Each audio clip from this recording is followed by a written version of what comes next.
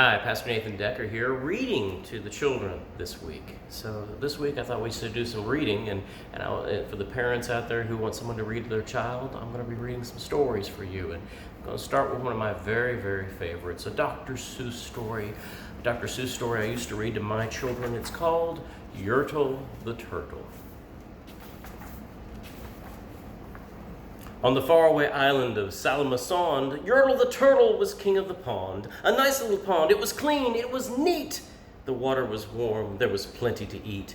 The turtles had everything turtles might need, and they were all happy, quite happy indeed. They were. Until Yertle, the king of them all, decided the kingdom he ruled was far too small. "I'm ruler," said Yertle, "of all that I see. But I don't see enough, and that's the trouble with me. With a stone for a throne, I look down on my pond, but I cannot look at the places beyond.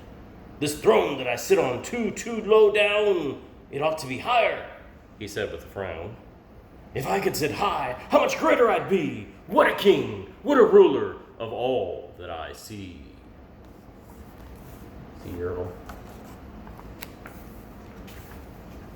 So Yertle the Turtle King lifted his hand, and Yertle the Turtle King gave a great command. He ordered 9 turtles to swim to his stone, and using these turtles, he built a new throne. He made each turtle stand on one another's back. He piled them up in a 9-turtle stack. And then Yertle climbed up. He sat down on the pile. What a wonderful view! He could see most a mile. See the turtles.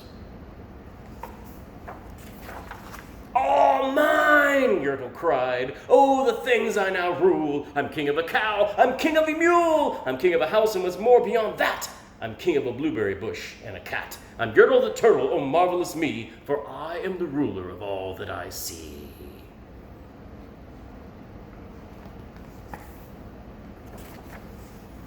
And all through the morning he sat up there high, sang over and over again, "What a great king am I!"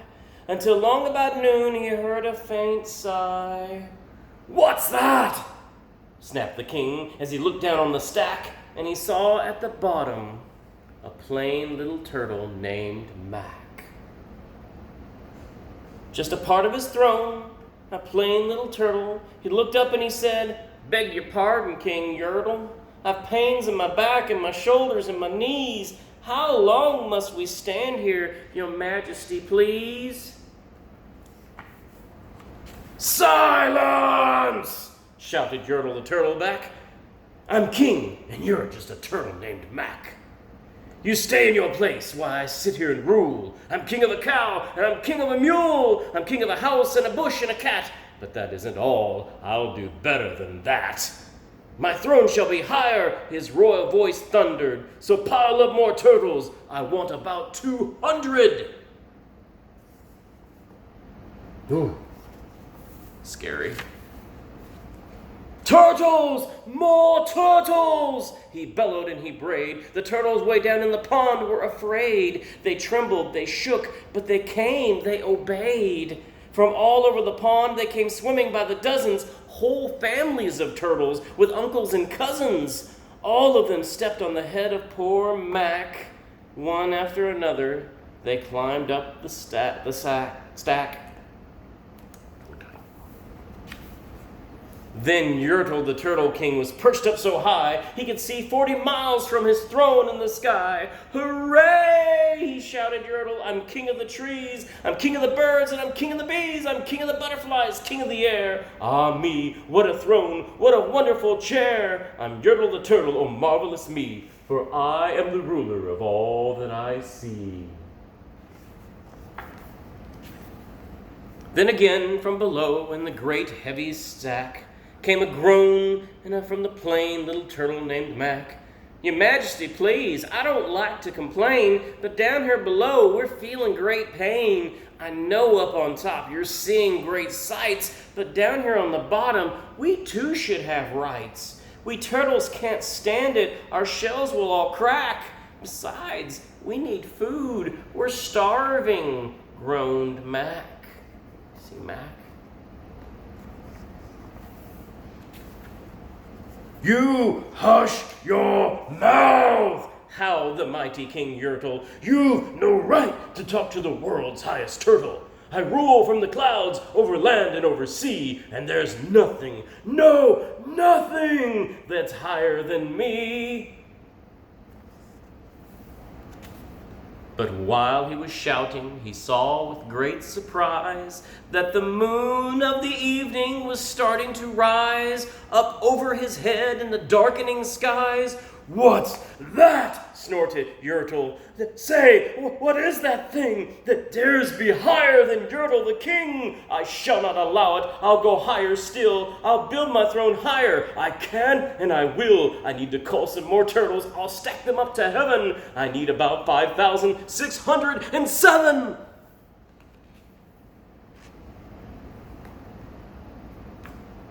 But as Yertle the Turtle King lifted his hand, as Yertle the Turtle King started to give a command, that plain little turtle below in the sack, that plain little turtle whose plain little name was just Mac, he decided he'd plain taken enough, and he had, and that plain little lad got a plain little bit mad, and that plain little Mac did a plain little thing.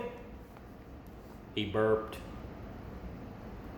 and his burp shook the throne of the king. And Yertle the Turtle King, king of the trees, king of the air, and king of the birds and the bees, the king of the house and the cow and the mule, well, that was the end of the Turtle King's rule. For Yertle, the king of all Salamasond, fell off his high throne and fell plunk into the pond. And today, the great Yertle, oh marvelous he, the king, is king of the mud, because that's all he can see. And the turtles, of course, all the turtles are free as turtles, and maybe all creatures should be. I hope you enjoyed that. Remember to treat people fairly, treat people nicely, treat people the way you would treat Jesus. Jesus loves you, and Jesus cares about you, and Jesus wants you to be the best you can be. Go with God and go in peace. Amen.